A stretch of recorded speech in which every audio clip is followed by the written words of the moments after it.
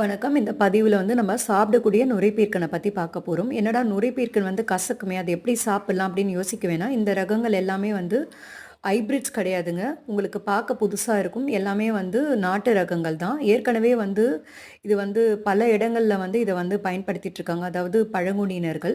இது சந்தைக்கு பெருசா நம்ம சந்தையில பார்க்கறது கிடையாது. வீட்ல வளர்த்தா தான் உண்டு. ஆனா சந்தைப்படுத்துறதுக்கும் ஏற்ற ரகங்கள் தான் இந்த நுரைப்பீர்க்கன். ஏன்னா இதுக்கு பூச்சி தாக்குதல், நோய் தாக்குதல் எதுவும் வரதில்ல.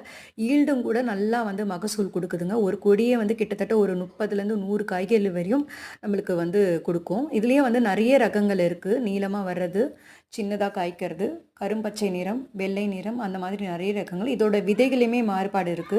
வெள்ளை ரகங்களும் இருக்கு, கருப்பு ரகங்களும் இருக்கு. இப்ப இது எப்படி நம்ம சமைக்கலாம் பார்க்கலாம். இதோட சுவை நம்ம பீர்க்கங்காய் எப்படி இருக்குமோ அந்த மாரி தான் இருக்கும். நீங்க பீர்க்கங்காய் எப்படி செய்றீங்களோ, அதே மாதிரி இதையும் சமைச்சுக்கலாம். பச்சையாவும் நம்ம ஜூஸ் அடிச்சு குடிச்சுக்கலாங்க வெறும் வயித்துல. எப்படி சமைக்கலாம் பார்க்கலாம். கொஞ்சம் சோம்பு எண்ணெயில, பூண்டு, வெங்காயம் கண்ணாடி பதத்துக்கு வதங்கணும். உப்பு போட்டுட்டு, தக்காளி, நான் இறால் பயன்படுத்தியிருக்கேன். நீங்க வேணான்னா தவிர்த்துக்கலாம். மஞ்சளும், மிளகாய் தூளும் போட்டு நல்லா அந்த நல்லா வேகுற அளவுக்கு வதங்கின பிறகு நம்ம நுரைப்பீர்க்கன் போட்டுக்கலாம். இது ஒரு நீர் காய்கறின்னா ஒரு 5 டூ 10 நிமிஷம் வேகணும். கடைசியா இறக்கும்போது கொஞ்சம் சோம்பு தூளும், மிளகு தூளும், கறிவேப்பிலையும் நம்ம போட்டுக்கலாம். இதில பெருசா ஆய்வெல்லாம் பண்ணல. ஆனா மரபு வழி மருத்துவம், ஃபோக் மெடிசின் சொல்லுவோம். அதில சில மருத்துவ குறிப்ப நான் சொல்றேன். நைஜீரியா போன்ற நாடுகள்ல இதுக்கு பயன்படுத்துறாங்க. சைனஸ் மாதிரியான விஷயம். பொதுவா நீர் காய்கறினா சளி பிடிக்கும்னு சொல்லுவாங்க. இது சளிய சரி பண்ணுது.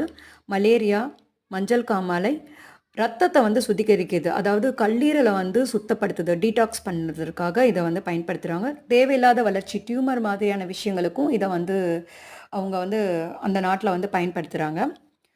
எல்லா காய்கறிகளும் மரபு காய்கறில இருக்கிற மாரி, இதுலயும் கொலஸ்ட்ரால், சுகர், பிபி அதெல்லாம் சரி பண்ணுது. ஏன்னா நார்ச்சத்து அதிகமா இருக்கு. நுண்சத்துக்கள் அதிகமா இருக்கு. ஹைபிரிட் காய்கறில நம்மளுக்கு அந்த மினரல்ஸ் கம்மியா இருக்கும். டேஸ்ட்டும் கம்மியா இருக்கும். ஆனா இந்த மாதிரியான காய்கறில சுவை அதிகமா இருக்கும். ஏன்னா தாதுக்கள் அதிகமா இருக்கும். அதே மாரி இதோட நார எரிச்சுட்டு, அந்த சாம்பல அக்கி மாதிரியான விஷயங்களுக்கு அவங்க பயன்படுத்துறாங்க. மாதவிடாய் பிரச்சனைக்கும் அவங்க பயன்படுத்துறாங்க. அதே மாதிரி பால் அதிகமா சுரக்கிறதுக்கு இத ரெகுலரா எடுத்துக்கலாங்க.